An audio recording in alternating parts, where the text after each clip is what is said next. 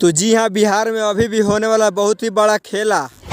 पवन सिंह आसनसोल से चुनाव न लड़कर काराकाट लोकसभा सीट से चुनाव लड़ेंगे। अब उपेंद्र कुशवाहा को क्या होगा, क्या मना पाएगी बीजेपी? तो जी हाँ दोस्तों, जब से पवन सिंह आसनसोल से चुनाव लड़ने के लिए बीजेपी टिकट दी थी, तब से पवन सिंह आसनसोल से चुनाव लड़ने से इनकार कर दिए और बीजेपी से कुछ दिनों के लिए दूरी भी बना लिए थे।